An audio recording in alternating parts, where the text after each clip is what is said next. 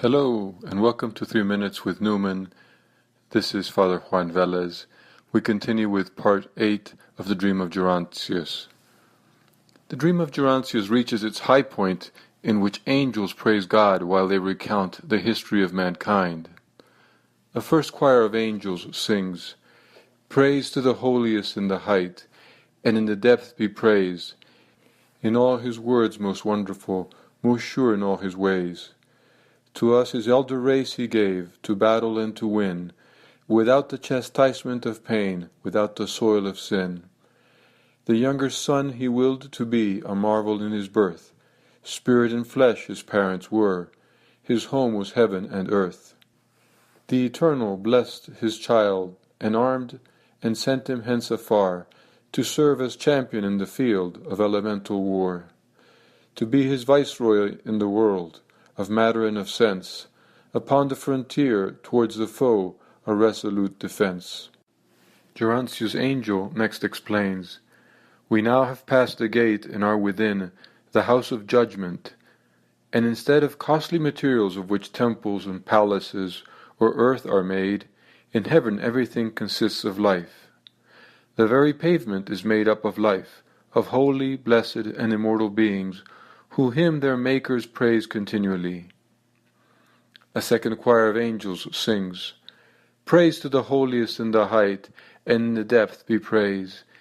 In all his words most wonderful, most sure in all his ways. Woe to thee, man, for he was found a recreant in the fight, and lost his heritage of heaven and fellowship with light.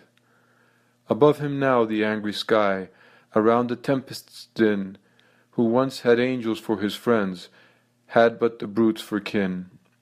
O man, a savage kindred they, to flee that monster brood, he scaled the seaside cave, and clomb the giants of the wood.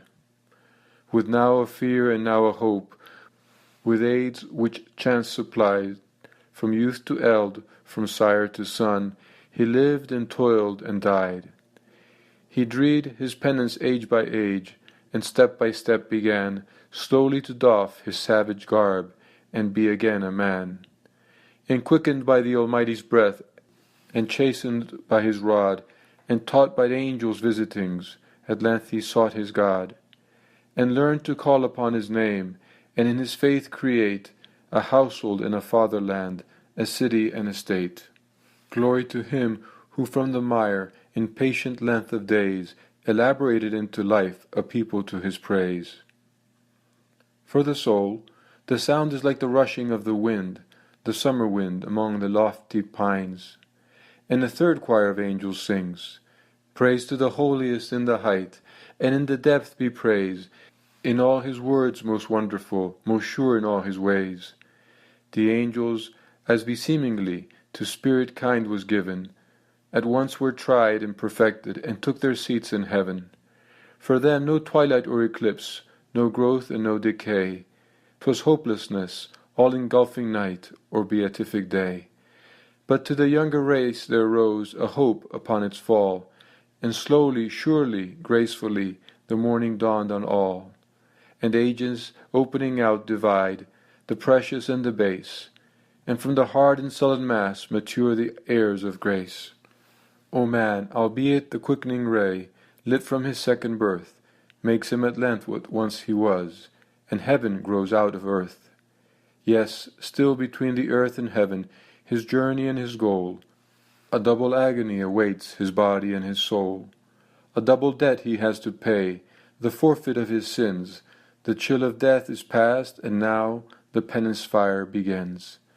Glory to him who evermore by truth and justice reigns, who tears the soul from out its case, and burns away its stains."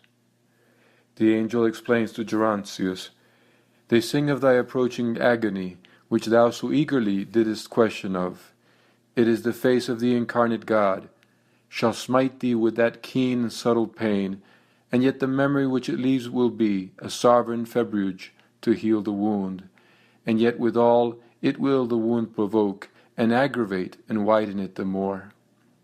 Thus inspired by the angel's words, we marvel at God's plans and join in his praise.